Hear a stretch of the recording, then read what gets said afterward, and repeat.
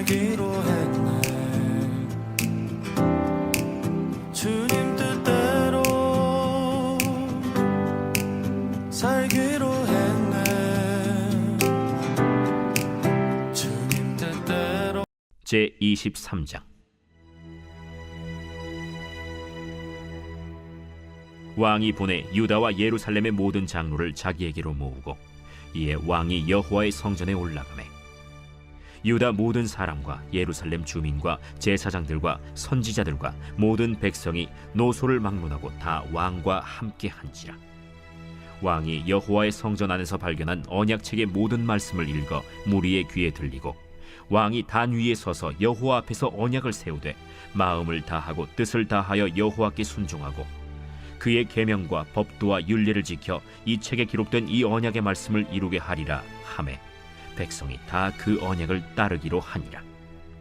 왕이 대제사장 힐기야와 모든 부제사장들과 문을 지킨 자들에게 명령하여 바알과 아세라와 하늘의 1월 성신을 위하여 만든 모든 그릇들을 여호와의 성전에서 내다가 예루살렘 바깥 기드론 밭에서 불사르고 그것들의 재를 베델로 가져가게 하고 옛적에 유다 왕들이 세워서 유다 모든 성읍과 예루살렘 주위의 산당들에서 분향하며 우상을 섬기게 한 제사장들을 폐하며 또 바알과 해와 달과 별대와 하늘의 모든 별에게 분향하는 자들을 폐하고 또 여호와의 성전에서 아세라상을 내다가 예루살렘 바깥 기드론 시내로 가져다 거기에서 불사르고 빻아서 가루를 만들어 그 가루를 평민의 묘지에 뿌리고 또 여호와의 성전 가운데 남창의 집을 헐었으니 그곳은 여인이 아세라를 위하여 휘장을 짜는 처소였더라.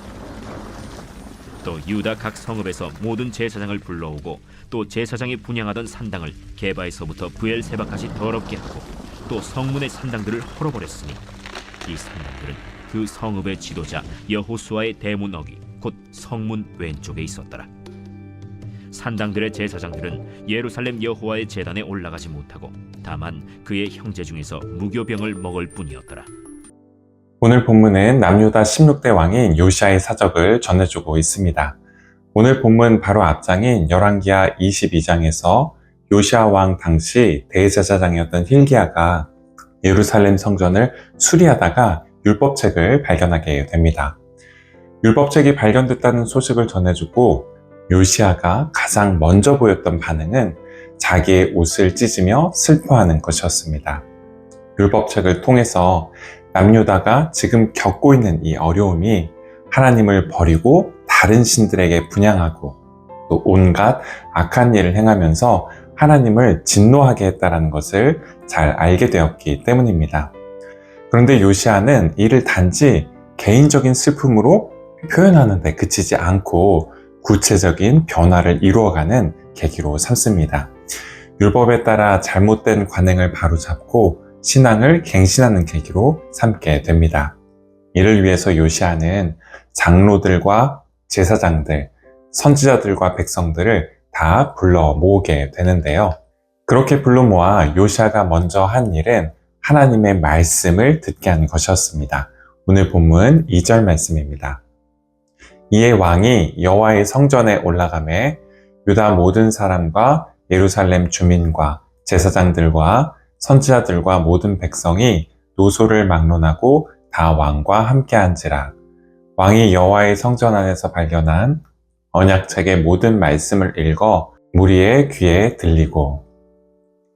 낯선 책을 읽거나 다른 누군가의 이야기에 귀를 기울이는 것이 중요한 건 그 이야기가 우리가 이제까지 머물러 있었던 그 익숙한 세상을 빠져나올 수 있도록 도와주고 또 우리가 당연하게 생각하던 것들에 대해서 질문하고 의문을 품을 수 있도록 도와주기 때문입니다. 우리가 허약하게 붙들고 있었던 확신이나 신념, 또 우리를 얽매고 있었던 어떤 필요나 욕망, 경직된 습관들을 비판적인 거리를 두고 바라볼 수 있게 해준다는 데 있죠. 폴란드 소설가인 프란츠 카프카는 이 점에 대해서 이렇게 적고 있는데요. 저는 우리가 우리를 깨물고 찌르는 책들만 읽어야 한다고 믿습니다. 책을 읽다가 머리를 한 대 맞은 듯 정신이 번쩍 들지 않는다면 그 책을 뭐하러 읽는단 말입니까? 책은 우리 안에 얼어붙은 바다를 쪼개는 도끼가 되어야 합니다. 이것이 제가 믿는 바입니다. 때로 우리의 마음이 얼어붙고 영혼이 잠들 때가 있습니다. 그런데 그럴 때 좋은 책은 우리가 다시 정신을 차릴 수 있도록 우리를 깨물고 찌릅니다. 다시 깨어날 수 있도록 마치 얼음장을 깨는 도끼처럼 우리를 내리치게 되죠. 요시야 왕이 백성들과 지도자들을 한데 모아 율법책을 듣게 한 이유 역시 그랬습니다. 당시 이스라엘 백성들에게 율법책은 사람들에게 잊혀진 책, 낯선 책이었습니다. 그러다 보니 그 말씀의 빈 자리를 우상이 채우게 된 것이죠. 그런데 성전 수리 중 발견된 율법책이 그걸 깨트려 버리게 됩니다. 그들이 잘못된 삶을 살고 있다는 걸, 축복이 아닌 저주를 쫓고 있다는 것을 볼 수 있게 해 주었죠. 물론 요시야 때 이스라엘 백성들과 달리 오늘 우리에게 성경은 더 이상 낯선 책은 아닙니다. 설교 역시 넘쳐나는 시대를 살고 있습니다. 하지만 성경에 대한 지식과 정보가 넘쳐나는 데 비해 왜 성경이 우리를 변화시키는 하나님의 말씀으로 경험되는 건 드물까요? 혹 이제까지 성경을 보고 들은 한 가지 익숙한 방식에 따라 계속 보려고 하고 있기 때문은 아닐까요? 우리의 신념과 확신, 욕심을 정당화하게 한 수단으로 혹 우리가 하나님의 말씀을 읽고 듣고 있기 때문은 아닐까요? 우리가 실은 하나님 말씀 듣기를 별로 바라지 않아서 하나님의 말씀이 얼어붙은 우리의 마음을 깨트리는 도끼가 되지 못하고 또 우리의 혼과 영과 및 관절과 골수를 찔러 쪼개는 창검으로 경험되지 못하고 있는 것은 아닐까요? 두 번째로 요시야 왕은 단순히 듣는 것을 넘어서 율법책을 바탕으로 하나님과 언약을 맺도록 했습니다. 오늘 본문 3절 말씀입니다. 왕이 단 위에 서서 여호와 앞에서 언약을 세우되 마음을 다하고 뜻을 다하여 여호와께 순종하고 그의 계명과 법도와 율례를 지켜 이 책에 기록된 이 언약의 말씀을 이루게 하리라 하매 백성이 다 그 언약을 따르기로 하니라. 아멘. 한번 읽고 듣는 것에 그치면 아무것도 남지 않습니다. 읽고 들은 것을 곧 잊어버리게 되더라도 계속해서 마음에 새기는 과정이 필요한 것이죠. 한 번에 잘 되지 않더라도 읽고 들은 대로 살아가겠다는 그런 다짐과 실천이 필요합니다. 이 점을 유진 피터스는 이 책을 먹으라 라는 책에서 이렇게 강조하고 있는데요. 성경이 하나님에 대한 잡담 이상이 되려면 반드시 내면화되어야 한다. 어떤 대화 혹은 설교나 강의에 하나님이라는 단어가 들어있다고 해서 그것이 진실한 것은 아니다. 잡담의 사전적인 정의는 쓸데없이 짓거리는 말입니다.